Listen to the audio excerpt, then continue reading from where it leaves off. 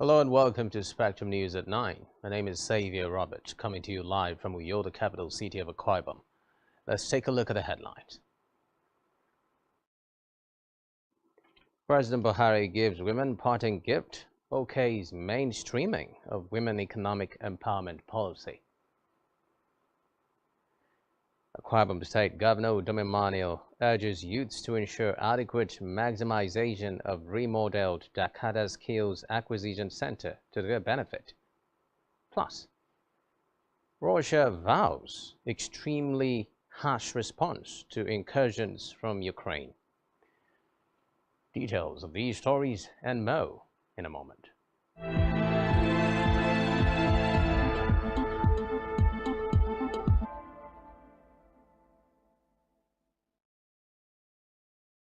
First in the news tonight is a report that President Muhammadu Buhari has approved the mainstreaming of the Women Economic Empowerment Policy following a memo from the Federal Ministry of Women Affairs. Minister of Women Affairs Pauline Tallen disclosed the information today after the Federal Executive Council meeting presided over by President Muhammadu Buhari. She explained to reporters covering the presidency that the policy would guard the interests of women in economic decision-making programs. According to the minister, women constitute over 50% of the nation's population. Hence, they are the surest way to national development. Meanwhile, President Buhari, placed before the valedictory session of the Federal Executive Council meeting at the State House, saw the appointment of Senator Ayogu Eze of Enugu State, Peter Okpara of Imo State, Hawa Aliyu of Jigawa State, among others. Reports say they will serve as the representative for the Federal Capital Territory. Meanwhile, Vice President Yemi Osibanjo presented the report of the Health Reform Committee to President Buhari. According to reports, the committee chaired by Osibanjo was established to develop a roadmap for achieving universal health coverage in the country. In the meantime, the president has insisted that his 2019 closure of the country's land borders was due to his administration's conscious efforts to encourage Nigerians to eat what they produce locally, particularly the rice commodity.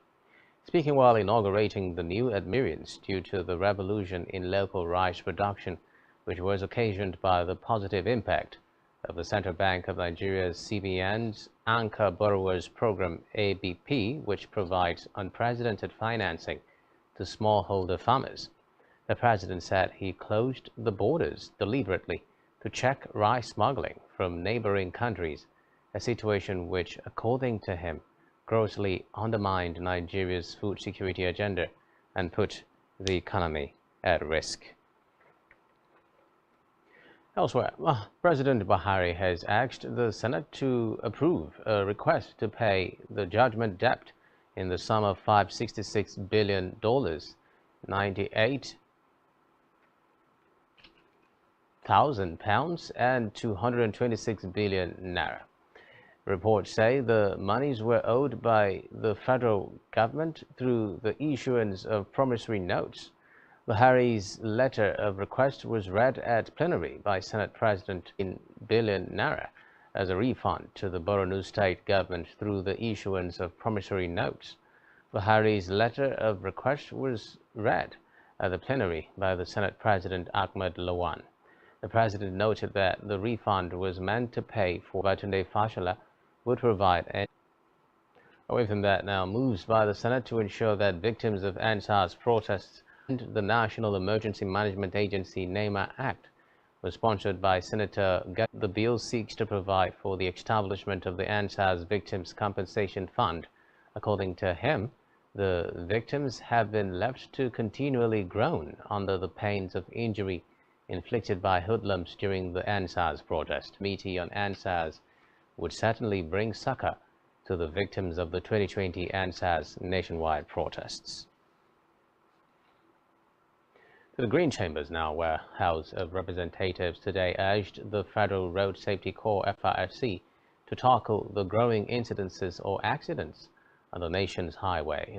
The House also urged the Corps to provide office accommodations and mobility, and deploy additional personnel along the affected highways, even as it called on agencies to complete and equip their office located at Zalanka along the Bauchi-Maiduguri highway and provide safety signage on dangerous areas of the affected highways. The resolution followed the consideration of a motion by Manso Manu Soro at the plenary. Presenting the motion, Soro noted that the primary responsibility of government was to save lives and property. Meanwhile, the Speaker of the House of Representatives, Femi Gbajabiamila, and his deputy official commissioning of the permanent site of the National Institute for Legislative and Democratic Studies, NILDS. Before adjourning the plenary, the Speaker announced the NILDS permanent site along Airport Road will be commissioned by 3 p.m. on Thursday by President Muhammadu Buhari. He asked the chairman of the House Committee on Rules and Business to ensure that the order paper was not clouded with the day's business so that the House can adjourn early enough for the event. But Deputy Speaker Idris Wase said the primary business of the House was lawmaking and other official businesses, adding that the commissioning of the NILDS headquarters was not enough to adjourn. Political party CUPP Ikenga Imo Ugochinyere has endorsed the All Progressives Congress APC consensus candidates Tajuddin Abbas and Benjamin Kalu for Speaker, Deputy Speaker of the incoming 10th National Assembly. He also disclosed that the controversy that the House rules were tampered with were not true, just as he said that the House rules were last printed in December 2020 and not. A member-elect for Idiato North South Federal Constituency said that 62 members-elect from the opposition parties and himself have already thrown their weight behind Abbas and Kalu. The CUPP spokesman, who described Abbas and Kalu as men of integrity and competence to preside the affairs of the 10th House of Representatives, stressed that it was time for national development, growth, and stability, and another time for party politics, just as he called on the APC not to do anything that would discredit the character of Abbas and Kalu or the independence of the House if the duo emerge victorious. In another development, President Muhammadu Buhari has directed members of the Federal Executive Council FEC to continue with their functions till Friday. President Buhari was expected to dissolve his cabinet at the valedictory session, which was held at the Council Chamber, Presidential Villa, Abuja. The valedictory session was the last Federal Executive Council meeting to be presided by President. The Minister of Information and Culture, Lai Mohammed, said the cabinet was not dissolved, contrary to reports in some quarters. Meanwhile, the Minister of Agriculture and Rural Development, Mohammed Abubakar, has said that the federal government, through the Bank of Agriculture BOA, will provide financial empowerment to livestock farmers to enhance their productivity and resilience. Speaking at a media briefing to commemorate the 2023 World Milk Day with the theme Sustainable Dairy, Good for Planet, Good for You, he noted that the Federal Executive Council FEC had approved that had a positive impact on the sector and elicited an upsurge in dairy activities in the country, as evidenced by the huge number of requests for collaboration from a wide range of stakeholders in the industry. The minister also attributed the positive development in the sector to the impact which the Federal Ministry of Agriculture and Rural Development and its partners had made in intensifying the need for backward integration, looking inwards and developing the indigenous dairy industry in line with the present administration's policy on local content. To judicial matters now, where the Chief Justice of Nigeria, CJN, Justice Olukayode Ariwola, will tomorrow, May 25, in Abuja, inaugurate the newly appointed 39 members of the Election Petition Tribunal. The tribunal members will be sworn in at the main hall of the Supreme Court of Nigeria complex. A statement by the Director of Information and Press of the court, Festus Akonde, indicated that the CJN would perform the ceremony by 11 a.m. The new members are to join others appointed earlier to adjudicate over petitions emanating from the conduct of the 2023 general elections conducted by the Independent National Electoral Commission, INEC. Meanwhile, the Special Offences Court sitting in Ikeja, Lagos, has said that it will declare former Minister of Aviation Femi Fani-Kayode wanted if he fails to appear on the next adjourned date for his trial. Justice Olubunmi Abike Fadipe frowned at the constant non-appearance of the defendant, noting that the last time he was in court was November 4, 2022. Fani-Kayode's standing trial on a 12-count charge bordering on the use of false documents, use of fabricated evidence, procuring the execution of documents by false pretense, and fabricating evidence.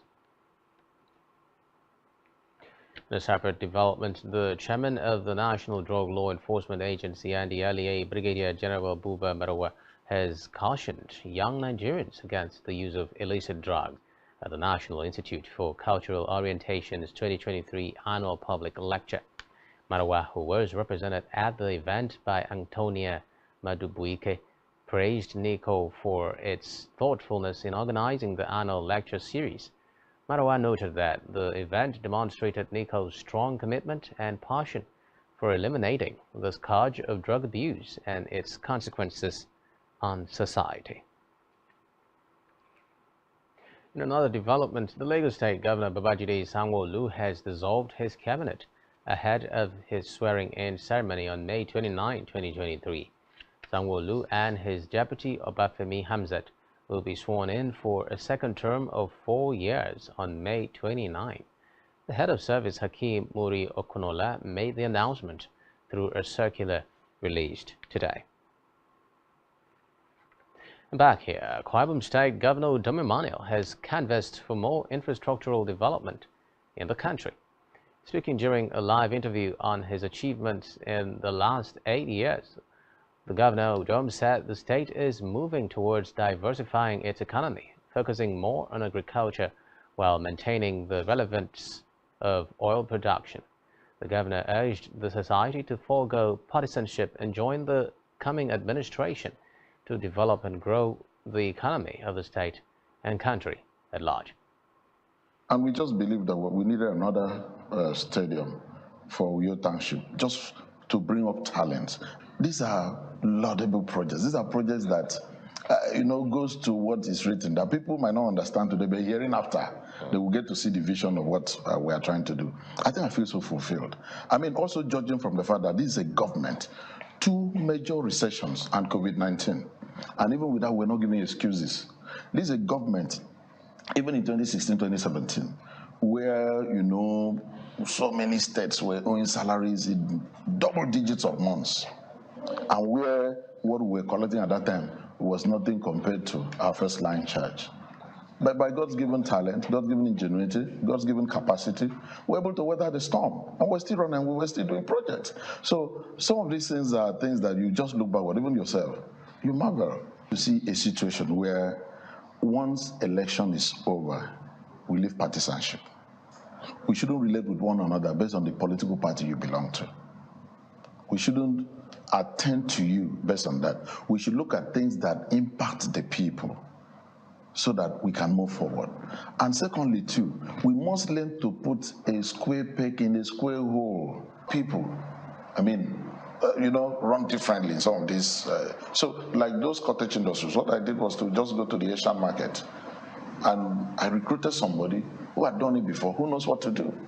Even the utility company, I wanted to go to countries where people have already done it, and they know the challenges, they know the right policies and processes to set up to make it succeed. That's where we wanted to start from. If you also talk about Ibom, look at the 2 anchor arrowheads. So that will let you know that these people have done it and they know what to do and they are doing the right thing. So I think the problem is not what you set up, it's the people you give to run what you set up. Meanwhile, in furtherance of Governor Dome Emmanuel's administration's completion agenda, The phenomenal Dakota Skills Acquisition Center, DASAC Ikaradayidem, has been inaugurated, inaugurating the reflection of his yearning to use his tenure to create desired change rather than managing situations created by others. A correspondent completes this report. State Governor Udom Emmanuel has urged the youth, especially those from Ibionibom local government area, to ensure the adequate maximization of the remodeled and rebranded Dakeda Skills Acquisition Center, DASAC, for their benefit. Speaking during the official inauguration of the center at Ikora Daidem, Ibionibom local government area, Governor Emmanuel said the project was in furtherance of his completion agenda and his resolve to better the fortunes of the people. He therefore urged the youths to rise to the occasion and adequately utilize the project while also ensuring that it is protected and secured. While thanking the consultant of the project for effectively interpreting his vision, the governor equally commended the University of Lagos for agreeing to collaborate and partner with the center to achieve its goal, stressing that the Dakada Skills Acquisition Center will be that of excellence. To me, this is that day that the Lord has made. Let me thank the Ibiono people, and most especially the consultant on this project. But most especially, I want to thank University of Lagos, because when we approached them for this collaboration and partnership, they did not turn us down. Center of Excellence. Center of Excellence. So today, I want to actually now throw a challenge to University of Lagos that you have infrastructure. This is not yet a skills varsity as we are thinking. We'll turn to skills varsity based on what two of us will bring out of it. And I want to assure them, even though I'm living back to that phrase of Center of Excellence. Today we are commissioning this center, which has a lot of faculties. We have the one we call Faculty of Agribusiness and Food Security. We have Faculty of Civil and Building Technology. We have Faculty of Mechanic, Fabrication and Automobile Engineering. We have Faculty of Power and Renewable Energy. We have Faculty of Hospitality and Lifestyle Management. Then we have Faculty of General Studies and Life Skills Development, where this will train you on leadership. To rebuild our Dakada skills, we need to rebuild our Dakada philosophy, where Kwaibomite will rise and say, look, all that we have is all that we need. Where Kwaibomite will rise to the challenge and say that once the passion is right, nothing is impossible. Where Kwaibomite will rise to say that all that God has deposited in me, I can make use of it and turn it to something that I can also employ other people. That's why today I say this is the day the Lord has made. And I'm grateful that God has kept us alive to see the completion of this project. And then let's rise to the faith of greatness and build entrepreneurs. Earlier in his remarks, the governor-elect, Pastor Moino, applauded Governor Emmanuel for his visionary leadership, as demonstrated in the successful completion and commissioning of DASAC, assuring that the project aligns with his Arise agenda for the people.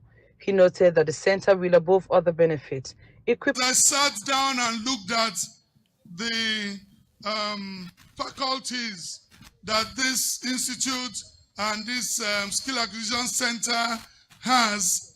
I feel very relieved that you have paved the way for our Rise agenda. You have made it possible for our youth to now be trained, because every aspect of the Arise agenda, from agricultural development, rural development, infrastructural maintenance, security, and entrepreneurship, is represented here on this ground.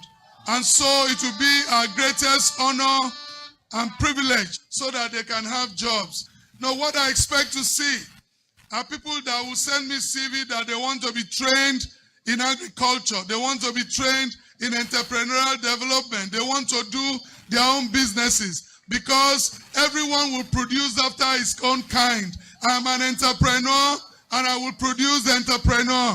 And I'd like to thank this school and this facility, and to thank you, sir, for seeing ahead what the next generation needs. Your Excellency, you have made it possible for us to hit the ground running, and we will work with this institution to ensure that we make Akwa Ibomite proud and put our young people back to work, that they begin to earn their own living. In their goodwill messages, the Abba Ibionibom, Nsima Omo, the paramount role of Ibionibom local government area, Okuku Ime Sarinyang, and the State Commissioner for Information and Strategy, Comrade Ini Memebong, thanked the governor for the life-touching project and prayed God to bless him, stressing that history will be kind to Dom Emmanuel.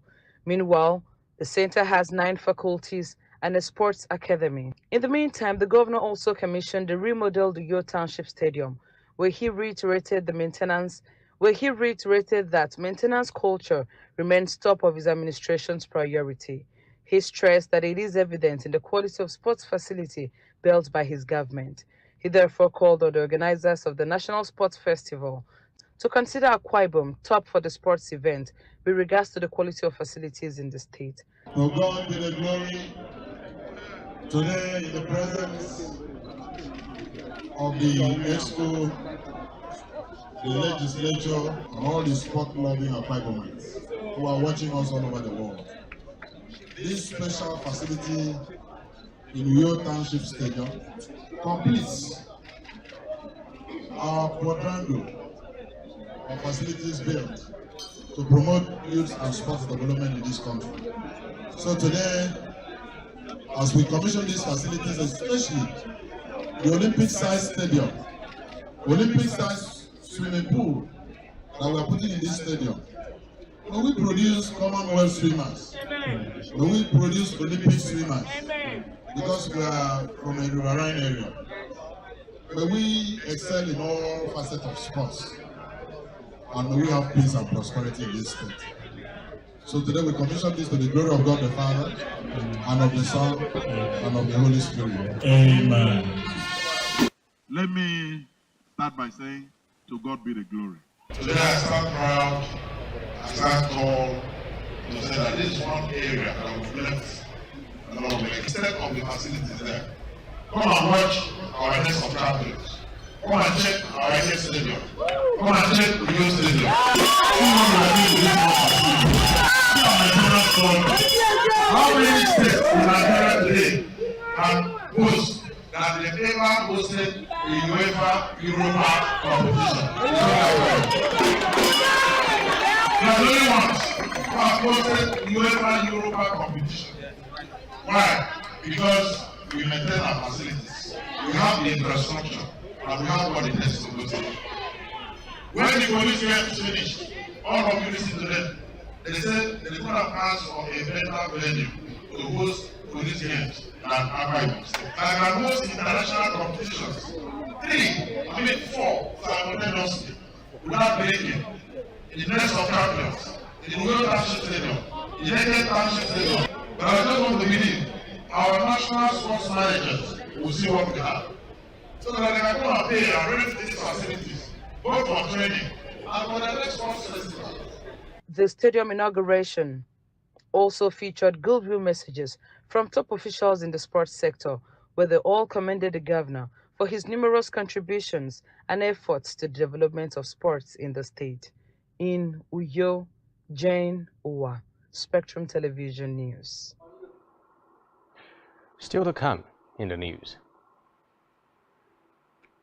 CBN votes to raise interest rates to 18.5%. Do stay with us.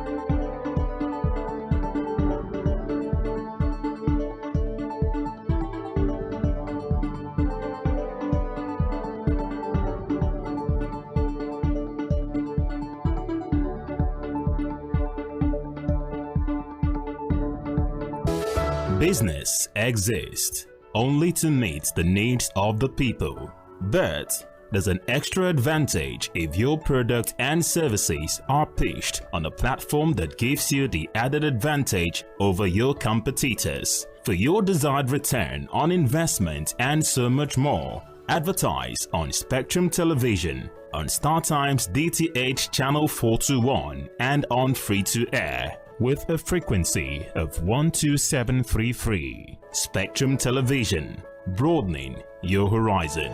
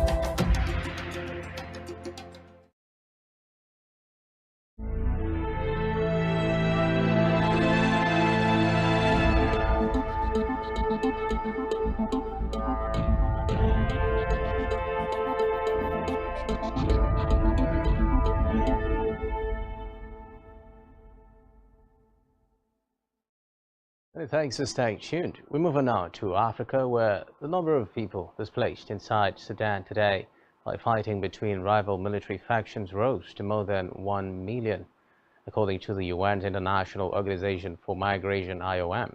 IOM said another 319,000 people have fled to neighboring countries. Reports say Egypt, Sudan's northern neighbor, took in the largest share of the refugees, with more than 132,000 people, while Chad took in some 80,000 refugees and South Sudan about 69,000. Recall that a long-simmering power struggle in Sudan escalated violently on April 15. The army, under the command of the de facto President Abdel Fattah al-Burhan, is fighting the paramilitary units of his deputy Mohamed Hamdan Daglo. The two generals jointly seized power in 2021. Even before the current crisis, Sudan was known for being one of the poorest and most politically unstable countries in the world, with 3.7 million internally displaced people due to previous crises. Still in Africa, the leader of the Economic Freedom Fighters, EFF, South Africa's third largest political party, Julius Malema, has said that he would supply weapons to Russia because Moscow is in a war with imperialism. In an interview with newsmen in Johannesburg, Malema insisted that South Africa is an ally of Russia and that the ANC government's position of non-alignment only applied to the war in Ukraine. Reports say the EFF also wants South Africa to withdraw from the International Criminal Court, ICC. Recall that the ICC has issued an arrest warrant for Russian President Vladimir Putin for alleged war crimes, but Malema has reportedly pledged to prevent any attempt to arrest the president if he attends next month's BRICS summit in Cape Town. On the foreign scene now, Russia threatened Kyiv today it would respond extremely harshly to all future incursions after Moscow deployed jets and artillery to fight off an armed group that crossed over from Ukraine. As Russia took stock following the most serious attack on its soil since Moscow's offensive in Ukraine began in February 2022, the chief of the Wagner mercenary group said 10,000 prisoners he recruited died in Ukraine.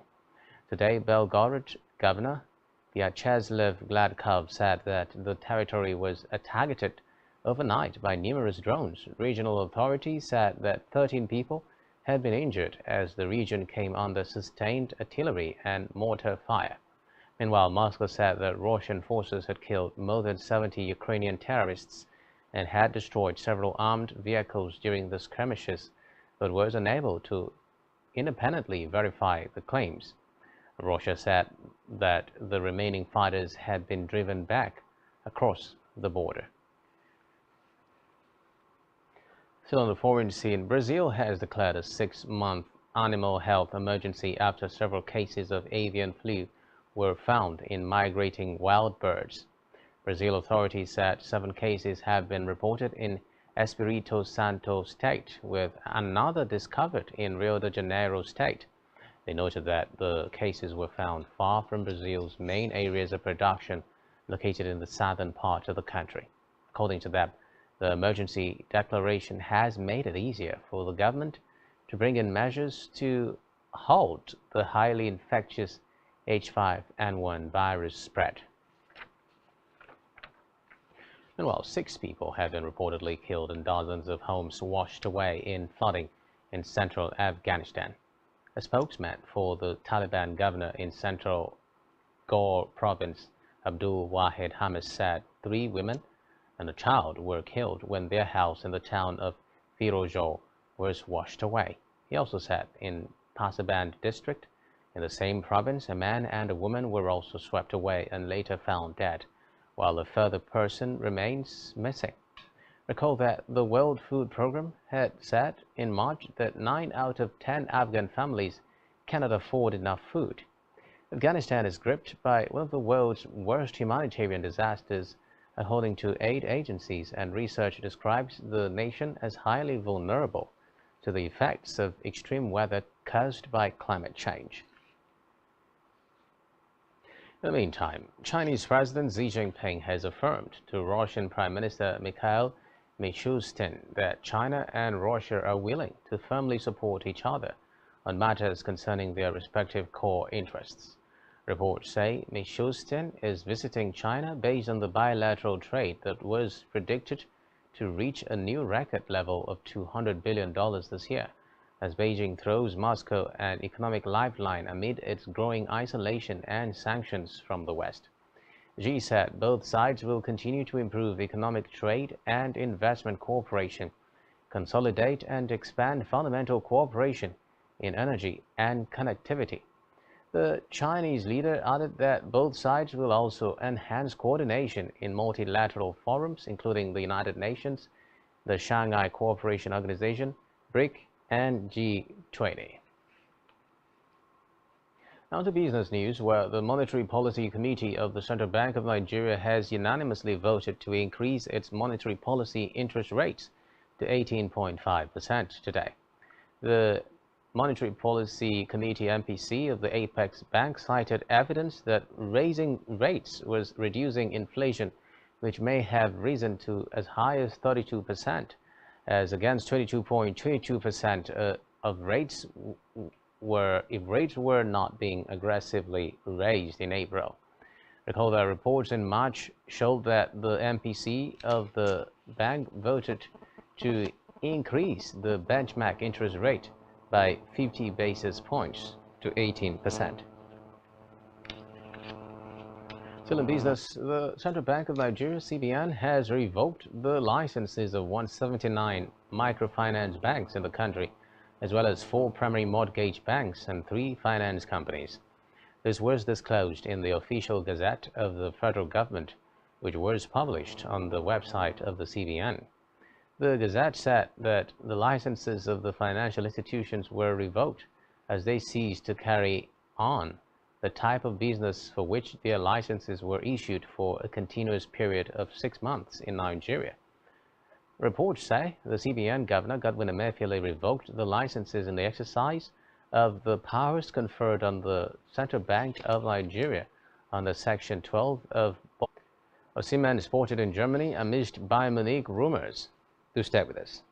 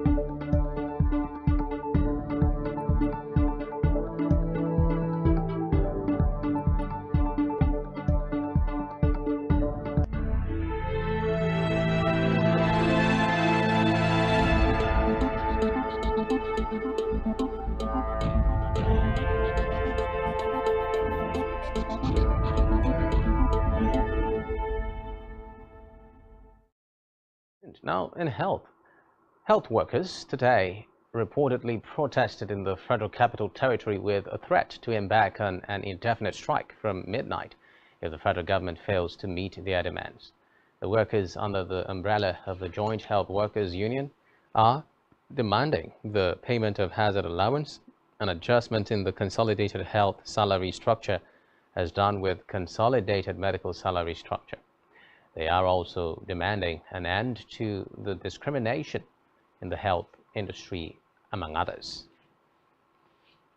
Still in health now, a new study has found that the accumulation of fat in skeletal muscles, known as myosteatosis, can increase the risk of heart failure and death. The study, which was published in the journal Radiology, noted that muscle fat raises the risk of death as much as type 2 diabetes and smoking, while describing high levels of fat within muscles as a silent killer. The researchers stressed that serious health dangers were associated with myosteatosis. They lamented that muscle fat is being overlooked by physicians, as many of them rely on body mass index (BMI) to estimate body fat. Now in sports, Napoli forward Victor Osimhen was spotted in Germany's capital, Berlin, today, igniting rumors of a move to Bundesliga giants Bayern Munich. Osimhen has been linked with a move to Bayern Munich following a stellar campaign in Serie A. According to reports, Manchester United and Chelsea are the other clubs said to be interested in the Nigerian international. The 24-year-old played a crucial role in Napoli's Scudetto success, netting 23 goals in 30 league appearances. According to German publication Bild, Osimhen was seen on the street in Berlin today, sparking rumors of a potential move to Bayern Munich. Meanwhile, the real reason for the forward strip is not known yet. Napoli is expected to demand around €150 million to sell the striker. So in sports, Arsenal sensational winger Bukayo Saka has said that losing the 2022-2023 English Premier League title to Manchester City hurts. Saka said this in an interview with Arsenal's legend Ian Wright on Premier League Extra today. He also said that since he has been playing, that he has seen the team and the club grow. Recall that the Gunners led the way for most of the season but collapsed during the final weeks of the campaign. Meanwhile, Nigeria and Italy will look to secure a place in the round of 16 at the ongoing 2023 FIFA Under-20 World Cup.